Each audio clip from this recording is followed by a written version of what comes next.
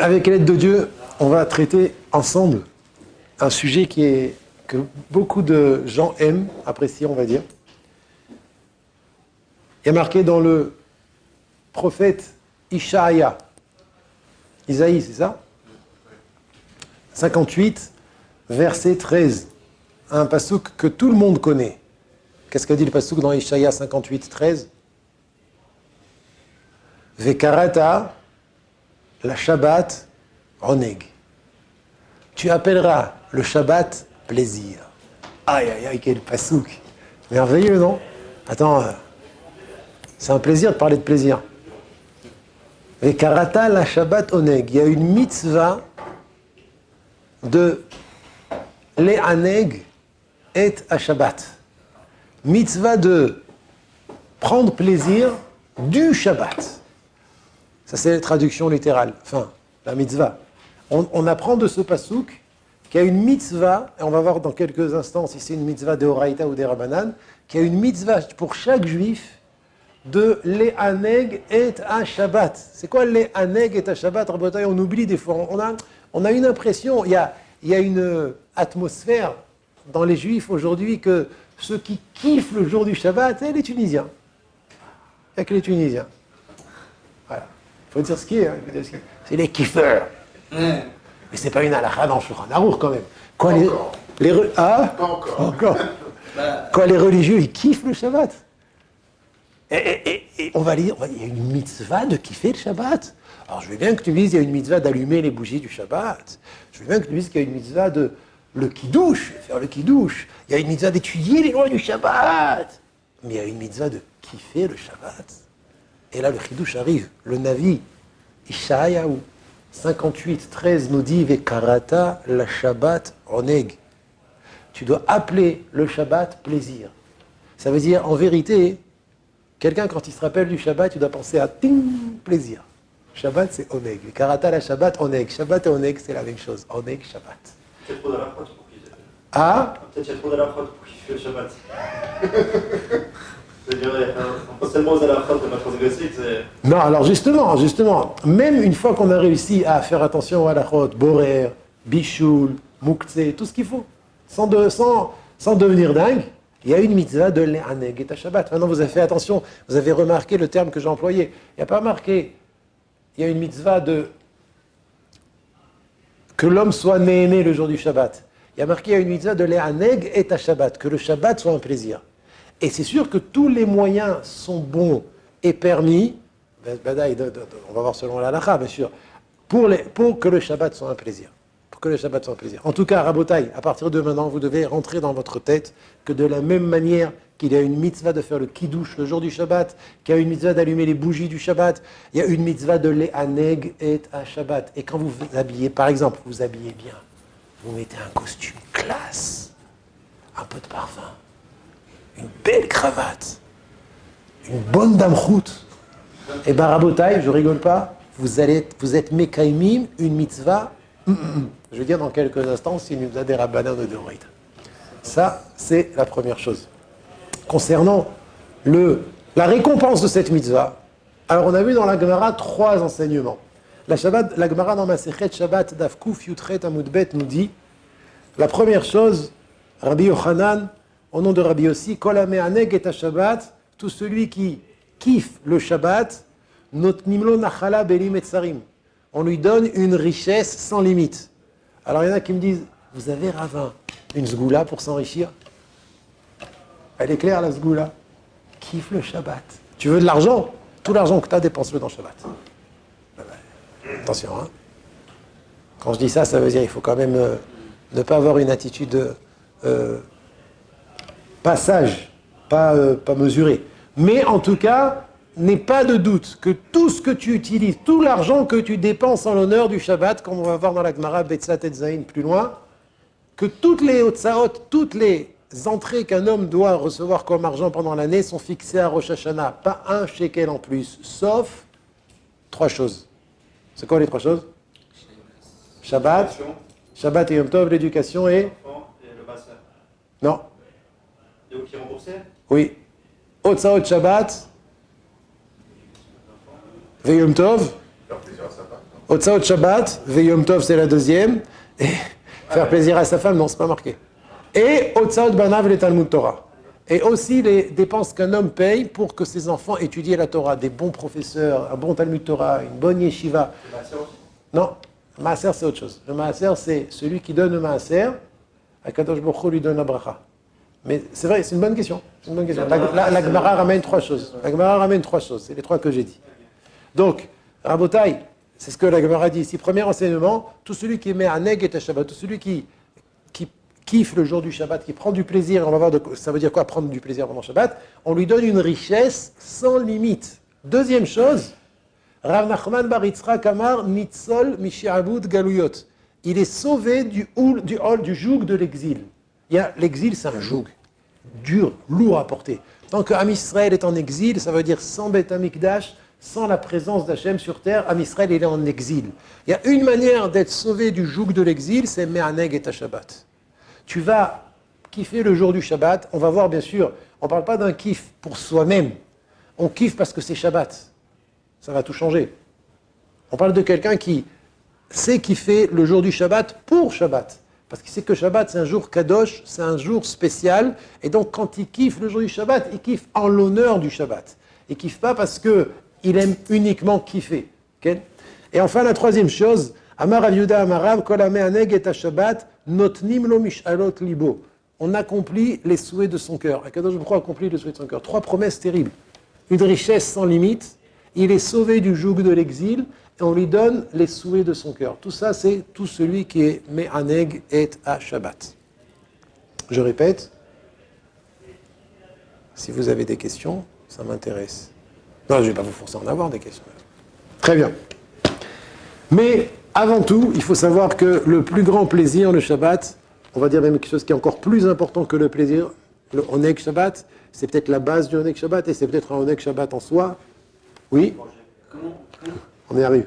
Comment on peut... je sais qu'il y a beaucoup d'interdits des rabbanan qui sont autorisés pour le Oneg Shabbat. Comment ça se passe? Ah ouais? Comme quoi? Courir. Alors, excellente remarque. Ça fait courir. Je répète la question de Gabriel. Il y a des interdits des rabbanan qui sont autorisés? Michou Oneg Shabbat, mais pas n'importe lequel. C'est pas une règle générale ce qu'il dit. C'est pas que tous les interdits des rabbanan sont autorisés pour Oneg Shabbat. Par exemple, il a donné un très bon exemple. Quelqu'un qui aime faire du sport pendant Shabbat, il a un plaisir. Il fait pas ça pour sa santé. Il fait pas ça parce que il veut, on va dire, il veut maigrir ou autre. Il a un plaisir de faire du sport. Et le sport en soi, c'est un plaisir pour lui, il a le droit d'en faire. D'accord? Non, non, non. Non. Avec le maillot. Non, c'est un autre problème. Sans quoi? Sans terre autour, c'est du bois. Je ne vais pas rentrer dans les détails. On verra, il y a beaucoup de conditions pour permettre de rentrer dans de l'eau froide le jour du Shabbat. C'est un jet juste. Alors, il y a un problème de mouiller les habits aussi. Le maillot en polystyrène. Le maillot en polystyrène, d'accord. J'ai jamais vu un maillot. J'ai du mal à imaginer un maillot en polystyrène. Celui qui ne s'essore pas, qui ne garde pas l'eau. D'accord, qui n'est pas très... On verra, d'accord. Voilà, alors maintenant, il y a un problème. Est-ce qu'il sera permis de jouer au baby-foot le jour du Shabbat, Mishum Oneg Shabbat? Il y a un problème de ziluta des Shabbat, de ne pas déshonorer le Shabbat. Parce qu'il ne faut pas que le Oneg Shabbat soit contradiction au Kavod Shabbat. De jouer au baby-foot le jour du Shabbat ou au ping-pong, je sais que c'est une question qui est souvent... qui réapparaît souvent, ça peut être une contradiction au Kvod à Shabbat. C'est pour ça qu'on va plutôt parler du Oneg Shabbat il n'y a aucune contradiction avec le Kvod à Shabbat. Tu vas me dire courir le jour du Shabbat, c'est un peu... ça contredit un petit peu le Kvod Shabbat, mais tu as raison que c'est marqué, que les gens qui ont du plaisir à courir et transpirer aussi, c'est permis. Transpirer aussi, c'est permis. Okay? Mon père, il kiffe courir. Et tous les jours, des tours de parc et tout, il court Shabbat. Et court Shabbat. Voilà, très bien. Donc j'étais en train de dire à Boutaï qu'il y a une chose qui est avant même le Oneg Shabbat, et qui est même plus qu'avant, c'est même le plus grand Oneg Shabbat qui puisse exister, c'est quoi? Non. Ça fait partie, c'est des points dans l'Oneg Shabbat. Moi je parle de quelque chose qui peut... Non. Je parle de quelque chose qui est avant même... Non, presque, tu te rapproches. Sa femme. Tu te rapproches. Arrêter de travailler, je sais pas. C'est sûr. Il y a quelque chose qui est avant le Oneg Shabbat, que tous les Oneg Shabbat ne valent pas cette chose-là. Vous avez entendu ce que je viens de dire? Tout ça, ça fait partie de l'Oneg Shabbat. Il y a quelque chose que si tu l'as pas, aucun Oneg Shabbat pourra avoir sa place tant que tu n'as pas cette chose-là. Le repas lui-même, ça. Non, ça c'est le Oneg Shabbat. Non, c'est les personnes. C'est-à-dire, un mot. Sa femme. Un mot. Famille. Un mot. Enfant. Ses ailes. Non. Le shalom. Le shalom. Alors ça peut être le shalom baït, ça peut être le shalom avec ses enfants, c'est pas grave, peu importe. Que toutes les personnes avec lesquelles tu passes Shabbat, tu sois en shalom avec eux, qu'il y ait des rapports sociaux. C'est pour ça quand tu as parlé de la famille, Ken, que le shalom baït, Vadaï, passe avant le Oneg Shabbat. C'est pas que ça passe avant, c'est que s'il n'y a pas de shalom baït, il n'y a même pas de Oneg Shabbat. Tu peux acheter les meilleurs, mais c'est pas tellement Oneg Shabbat. Donc tout faire pour qu'il y ait du shalom baït. Mais Bezrat Hashem, chacun en son temps. Quand vous vous marierez, alors vous verrez qu'il y aura, il faudra s'investir dans le shalom baït. Nafkamina dans le Oneg Shabbat, c'est que si par exemple les gens avec qui vous passez Shabbat, ils aiment quelque chose, alors c'est bien de leur acheter, c'est la chose qu'ils aiment, Ken. Ça va, t'as pensé à moi, c'est gentil d'avoir acheté du coca frais, tu sais que j'aime le coca frais, Ken. Alors, le shalom, c'est plus important que le Oneg Shabbat. Très bien. Maintenant, la question qui se pose, c'est quoi Oneg Shabbat? C'est quoi Oneg Shabbat? Et deuxièmement, est-ce que c'est une mitzvah des Oraïta ou c'est une mitzvah des Rabbanan? Gamiel. Comment ça pourrait être des Rabbanan alors que ça fait partie des Nevi'im? Les Nevi'im, ça fait partie du canon public. Alors, la question est bonne. La question, c'est qu'il pose la question, si ça fait partie, comme j'ai dit au début, du prophète Ishayahu, donc ça s'appelle, pour Gamiel, c'est évident que tout ce qui vient des Nevi'im, c'est des Oraïta. D'accord? Donc c'est ça sa question. Alors il faut que tu saches que non. Ce qui est des Oraïta, c'est que ce qui vient des 5 livres. Bereshit, Shemot, Vaikra, Bamidbar, Dvarim. Ce qui vient après, ça peut être des Oraïta que si c'est des Oraïta oralement avant cela. Mais si c'est pas écrit, et si c'est pas écrit dans les 5 livres, et on ne l'a pas reçu oralement dans la Torah chez Baal Pé, même si c'est mentionné dans les Nevi'im, c'est des Rabbanan. D'accord? Donc la question ici, c'est est-ce que Oneg Shabbat, c'est des Oraïta, et ça a été reçu oralement, comme mitzvah une mitzvah de la Torah, ou bien non, c'est que des Rabbanan, et justement, pas comme tu as dit Gamiel, l'inverse. Comme c'est mentionné comme dans le Navi, c'est qu'une mitzvah des Rabbanan. Alors il faut savoir que c'est une marloquette à poskim. C'est une marloquette. La halacha, que les poskim disent que la mitzvah de Oneg Shabbat, ikara mina Torah. C'est une mitzvah de Oraïta. Et d'où est-ce qu'on la prend? Elle prend ses sources dans le pasuk qui dit Shabbat Shabbaton Mikrae Kodesh. Mikrae Kodesh, Rabotai. C'est comme Mikrae, c'est marqué dans le Chumash. Que Shabbat, c'est une appellation sainte. C'est comme les fêtes. C'est comme Pessah, c'est plus que les fêtes encore. Pessah, Shavuot, Sukkot, Rosh Hashanah, Kippour, tout ça c'est Mikrae Kodesh. Maintenant, c'est quoi Mikrae Kodesh? Alors, on a reçu oralement dans le Sifra, c'est Torah chez Baal Pé, la loi orale.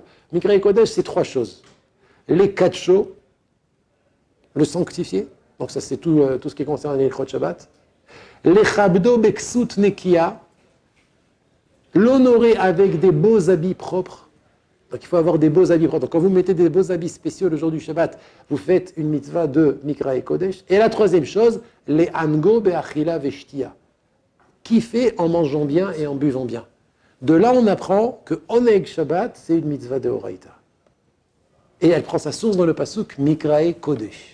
Et Mikra et Kodesh, une des 3 choses, c'est les ango beachila veshtia. Donc il y a une mitzvah deoraïta de kiffer le jour du Shabbat en mangeant bien et en buvant bien. Donc on a défini ici 2 choses. C'est quoi la mitzvah de Oneg Shabbat et c'est deoraïta. Voilà. Maintenant, la question se pose. Comme toute mitzvah, de Horaïta ou des Rabbanan d'ailleurs, vous savez que Chachamim ont institué de faire une bracha avant de faire la mitzvah. Par exemple, vous allez mettre les tefilin, alors vous devez faire la bracha de Asher Kideshanu Bemitzvotav Vetzivanu, l'aniar tefilin. Tu as une question, Gamiel?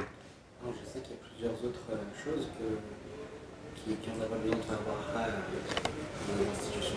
Alors, là on dit que c'est une mitzvah de Horaïta. On a dit que Oneg Shabbat c'est une mitzvah de Horaïta. D'accord? Donc, tefilin. Très bonne réponse. Oui, là justement, c'est exactement la question qu'on va poser. Je répète ce qu'il a dit Gabriel. Il y a plusieurs choses qu'on fait Des mitzvot qu'on fait pas de bracha. T'as un exemple de mitzvot qu'on fait sans bracha? Je vais chercher, mais je sais qu'il y en a. Je vais t'en donner. Ah? La Gada Shel Pessah, il y a fait mieux. Il y a une mitzvah de Horaïta de raconter la sortie d'Égypte le soir du Seder. Et comme il est écrit, Vehigadeta le bincha bayom haou les morts. Tu raconteras, excellent, fais mieux, on y arrive. Tu raconteras à tes enfants, tu raconteras à ton fils le récit d'Etziat Mitzrayim. Et on voit donc dans ce genre de mitzvot, il n'y a pas eu de bracha. Chachamim n'ont pas institué qu'il fallait faire une bracha avant la mitzvah. Alors, moi, j'ai parlé de... Alors, je commence la question à l'envers. Nous voyons qu'il y a beaucoup de mitzvot, en général, toutes les mitzvot, on doit faire une bracha avant de faire la mitzvah. Tfilin, ouais. Talit, tzitzit, souka, adlakat nerot Hanouka, adlakat nerot Shabbat, al netilat yadaim. J'ai fait exprès de mentionner des mitzvot de Horaïta et des mitzvot de Rabbanan. Donc la question que je pose ce soir, c'est pourquoi, lorsque on a une mitzvah de Oneg Shabbat, Chazal n'ont pas institué, nos sages n'ont pas institué de faire une bracha sur la mitzvah de Oneg Shabbat. Vous avez tous compris la question? C'est la question que je voudrais traiter avec vous maintenant. C'est une question magnifique et les réponses sont formidables, merveilleuses. Ken, je répète la question. Pour quelle raison Chazal n'ont pas institué de faire une bracha concernant la mitzvah de Oneg Shabbat? Une des réponses que je vais donner, ça va répondre aussi à la Gada Shel Pessah. On sait tous que la Gada Shel Pessah, c'est un autre exemple. Chachamim n'ont pas institué de faire une bracha concernant la Gada, le récit de la Gada de Pessah. Il n'y a pas marqué Asher Kideshanu B'mitzvotav V'tivanu la Gida Gada Shel Pessah. D'accord? Megillah, il y a Shofar, il y a Tzitzit, il y a... Pourquoi Oneg Shabbat? Nous, ce qui nous intéresse ce soir, c'est Oneg Shabbat. Pourquoi Chachamim n'ont pas institué de faire une bracha concernant la mitzvah de Oneg Shabbat? Est-ce que quelqu'un veut proposer une réponse? Parce que c'est pas un acte précis. Oh là là là là! C'est un état d'être et tu le fais par des actions diverses. Oh là là là! J'ai bien aimé là. Alors là, je répète ce qu'il a dit Gabriel. C'est un état d'être et tu le fais par des actions différentes. Des actions, t'as dit? Diverses actions. On y arrive. Donc, première réponse, Rabbi Binyamin et Rabbi Gabriel. C'est pas exactement la même chose, mais ça se rejoint. Première réponse, et c'est marqué comme ça au nom du Torah Shabbat. Torah Shabbat, il dit exactement ce que tu dis, Binyamin, que Oneg Shabbat, il n'y a pas une définition précise. Comment la faire? Alors, si Behemet, il y avait marqué dans le Shulchan Aruch, il faut manger 3 tranches de damchout. Vendredi soir, au Oneg Shabbat, on aurait dit Baruch Ata Hashem, Asher Kideshanu B'mitzvotav V'tivanu al Oneg Shabbat. Mais comme c'est pas précis, David il aime la damchout, Binyamin il aime les sardines, Gabriel il aime le couscous. Alors, le Oneg Shabbat n'est pas défini de manière précise. Comment le faire? Shofar, on sait ce que c'est de manière précise. La corne du bélier, faire tel et tel son, on sait exactement, selon la halakha, de manière précise, comment faire la mitzvah. Mais Oneg Shabbat, on ne sait pas de manière précise. Pour lui, c'est la damchout, pour lui, c'est le pastis, pour lui, c'est gefilte fish, pour lui, c'est... D'accord? Donc, ça, une première réponse. On n'a pas de bracha parce que l'action de Oneg Shabbat n'est pas précise. Première réponse. Deuxième réponse, il y en a qui disent que Behemet, le même il dit que la mitzvah de Oneg Shabbat, c'est, comme on a dit, ça concerne plein de choses. Eh bien, dans la bracha qu'on fait, la femme fait pour allumer les nérotes de Shabbat, elle doit penser aussi à acquitter tout le monde de la mitzvah de Oneg Shabbat. Parce que les nérotes de Shabbat, ça fait partie du Oneg Shabbat. Donc, on prend une des actions que tout le monde fait. C'est quoi? C'est Adlakat Nerot, allumer les nérotes de Shabbat. Et par cette bracha de l'Adlik, Ner Shel Shabbat, on s'acquitte de toutes les autres Oneg Shabbat qu'on va faire durant le Shabbat. C'est la deuxième réponse. Ça va? Si quelqu'un a une question, vous pouvez intervenir. Troisième réponse, au nom du Keren les David. Comme il a dit Eliaou tout à l'heure. Tu peux répéter ce que tu as dit? Le Kiddush. Le Kiddush, ça fait partie du Oneg Shabbat. Ça ressemble à la deuxième réponse. Mais c'est une autre mitzvah. Par la mitzvah du Kiddush de Mekadesh à Shabbat, ça nous rappelle Mikra et Kodesh, que le jour du Shabbat, c'est un jour spécial, donc on fait le Kiddush, et on doit aussi, ce jour-là, le rendre un jour de plaisir, Vekarata la Shabbat Oneg. Donc c'est dans le Kiddush qu'on va mentionner, qu'on va penser à s'acquitter de la mitzvah de Oneg Shabbat. Donc en tout cas, selon ces deux tiroutim, on voit qu'il y a oui une mitzvah, il y a oui une bracha à faire. Mais la bracha, comme le Oneg Shabbat est différent pour tout le monde, alors on le fait soit au moment de la Dakat Nerot, soit au moment du Kiddush. Est-ce que la Gada, j'ai vu ça? Que C'était disait, Au on moment- s'est quitté au moment du Kiddush, ça faisait partie du. J'entends. Le Kadver, il faisait partie de la Haggadah elle-même, quoi. Il y a fait mode. Comme le Kiddush fait partie de la Haggadah, hein, du Seder, donc on peut s'acquitter de la bracha de Sipur Yetziat Mitzrayim. Très bien. Après, il y a deux autres réponses. Deux autres réponses merveilleuses. Des réponses lamdaniot, des réponses de quelqu'un qui étudie. Dans l'Yalkut Yosef, il ramène une quatrième réponse de lui-même. C'est que une bracha, on l'a fait sur une mitzvah quand la mitzvah se fait en une fois. D'accord? La niar tfilin, tac, tu mets les tfilin. Netatef betzitzit, tu mets le talit. À la shrita, tu fais la shrita. Les chefs basuka, tu t'assois dans la souka. Mais là, la mitzvah, elle se prolonge pendant 24 heures tout le jour du Shabbat. Au moment de la Séouda, quand tu vas dormir, quand tu t'habilles avec des beaux habits, quand tu fais la deuxième Séouda. La mitzvah ne se fait pas en une fois.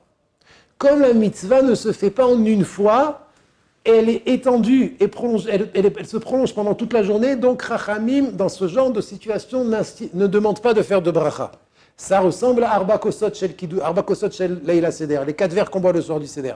Pourquoi on ne fait pas de bracha? Asher Kideshanu Bemitzvotav Etzivanu Lishtot Arba Kosot. Pourquoi on ne fait pas?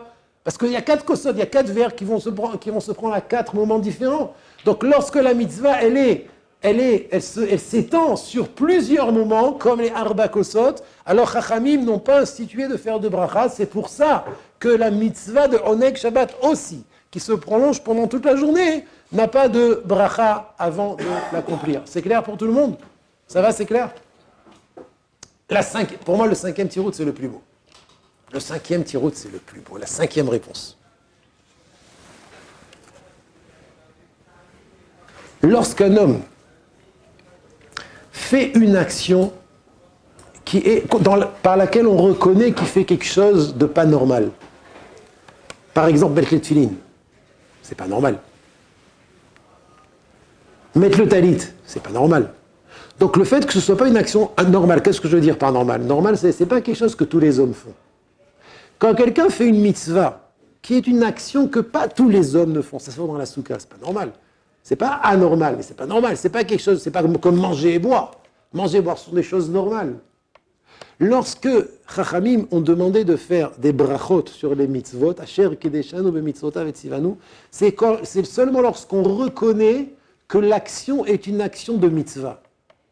Les chefs basuka, la niar tfilin, l'adrik nerot shel Shabbat. C'est pas une action que tout le monde fait. C'est pas une action, on va dire, normale que les hommes ont l'habitude de faire. Mais lorsque c'est une action que les hommes ont l'habitude de faire, de toute manière, les hommes, ils font cette action, c'est pas quelque chose qu'on reconnaît que c'est une mitzvah, alors là, Chachamim, ils n'ont pas institué de bracha sur la mitzvah. Par exemple, comme tu as ramené tout à l'heure, Kibud Avim, honorer ses parents. Honorer ses parents, Rabotai, c'est une mitzvah normale, c'est quelque chose que tous les hommes font, ou c'est quelque chose qui est spécial au Ham Israël? Tout le monde. Normalement, tous les hommes devraient respecter leurs parents. Donc, on ne voit pas par le Kibud Avaim que c'est une mitzvah. C'est une mitzvah, on reçoit un salaire dessus. Et il faut penser à s'acquitter de la mitzvah. Mais une bracha, il n'y en aura pas. On fait pas de bracha. Une des raisons pour laquelle on fait pas de bracha pour la tzedaka, parce que donner la charité, donner une pièce pour un pauvre, c'est quelque chose de normal. Tous les gens font ça. C'est pas nikar. On ne reconnaît pas que ça fait partie c'est un juif qui est en train de faire la volonté d'Hachem. Donc, comme c'est une action par laquelle on ne reconnaît pas qu'il fait une mitzvah, Chachamim lo tiknu brachot.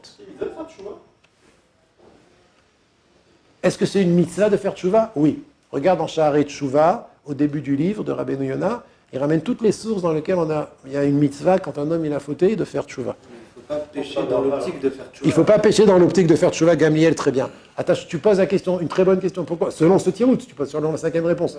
On devrait faire une bracha?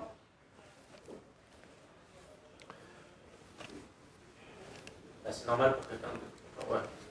Oui, il faut rentrer dans un... J'entends la question, je suis prêt à te répondre, mais d'abord je voudrais... Mais d'abord, croyance, il y a toujours l'idée de se repentir. Et donc, c'est quelque chose de normal. Voilà, c'est ça, exactement. C'est ça l'idée. Je pense dans cette direction. Bah, tu t'es pas donné. C'est ça. Donc, c'est quelque chose de normal. L'aspect de repentance, elle est quasiment dans Même Donc- le remords aussi, le remords, c'est un La harata aussi, vadaï, quand tu fais du mal, tu as rendu en mal quelqu'un qui t'a fait du bien, alors c'est normal que tu regrettes. Donc il n'y a pas de bracha à faire pour la tchouva. Mais en tout cas, c'est un grand yesod, rabotai, un yesod extraordinaire. C'est pour ça que toutes les mitzvot sichliot, vous savez qu'est-ce qui s'appelle des mitzvot sichliot, des mitzvot comprises, des mitzvot qu'on aurait instituées, même si la Torah ne l'avait pas donné. Par exemple, ne pas voler. Bon, ça c'est des commandements négatifs. Ne pas tuer, Ken. Mais dans les commandements positifs, respecter ses parents. Il n'y a pas de bracha. Pourquoi il n'y a pas de bracha? Parce qu'on ne voit pas l'onikar à mitzvah. On ne reconnaît pas que tu es en train de faire une mitzvah. Par contre, la niach tfilin, ça va t'être tombé sur la tête. Qu'est-ce que tu fais là? Tu mets des cubes noirs sur ton bras? Excusez-moi, allô docteur? Mon fils est tombé sur la tête. Non seulement il met un cube noir sur le bras, mais il en met un sur la tête aussi. Ça va plus du tout là. Il a fait la bracha, madame? Oui, c'est ça qui est grave. Alors tout va très bien. Tout va très bien.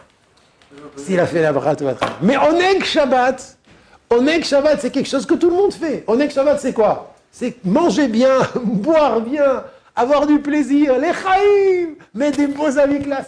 On devrait être comme ça tout le temps en fait. On est un peuple, on est des hommes intelligents, classe, beaux gosses. On kiffe. On kiffe les Shem Shamaïm. Et on ne kiffe pas jusqu'à ce qu'on s'éclate le ventre, qu'on ne peut plus bouger, on ne peut plus étudier. On kiffe les Shem Shamaïm, on se sent bien, on est heureux. Et comme il a dit tout à l'heure Gabriel, et sur ça je termine, c'est que c'est toutes sortes d'actions pour arriver à une atmosphère de ressentir la grandeur, la beauté, le cadeau qu'Hachem il nous a fait en nous donnant ce jour du Shabbat. Ça veut dire même le Oneg Shabbat, en fait, ce n'est pas le but. Le Oneg Shabbat en soi, c'est une mitzvah, d'Oraïta, mais c'est un moyen pour arriver à s'ouvrir l'esprit et le cœur et à reconnaître « Waouh, quelle chance j'ai d'être juif! Quelle chance j'ai de respecter Shabbat! Quel cadeau extraordinaire m'a donné un Kadosh Baruch Hu de célébrer et de faire avec lui ce Shabbat dans lequel je suis un associé avec un Kadosh Baruch Hu et je témoigne que c'est lui qui a créé le monde, c'est lui qui crée le monde et je suis associé à lui. » Tout ce Oneg Shabbat là, c'est Vekarata la Shabbat Oneg. Tu dois appeler le Shabbat plaisir. Le Shabbat, le but c'est de reconnaître que le Shabbat en soi, c'est un Oneg. Le Shabbat en soi, c'est un plaisir. Qu'Hachem nous donne le mérite de respecter le Shabbat dans la joie.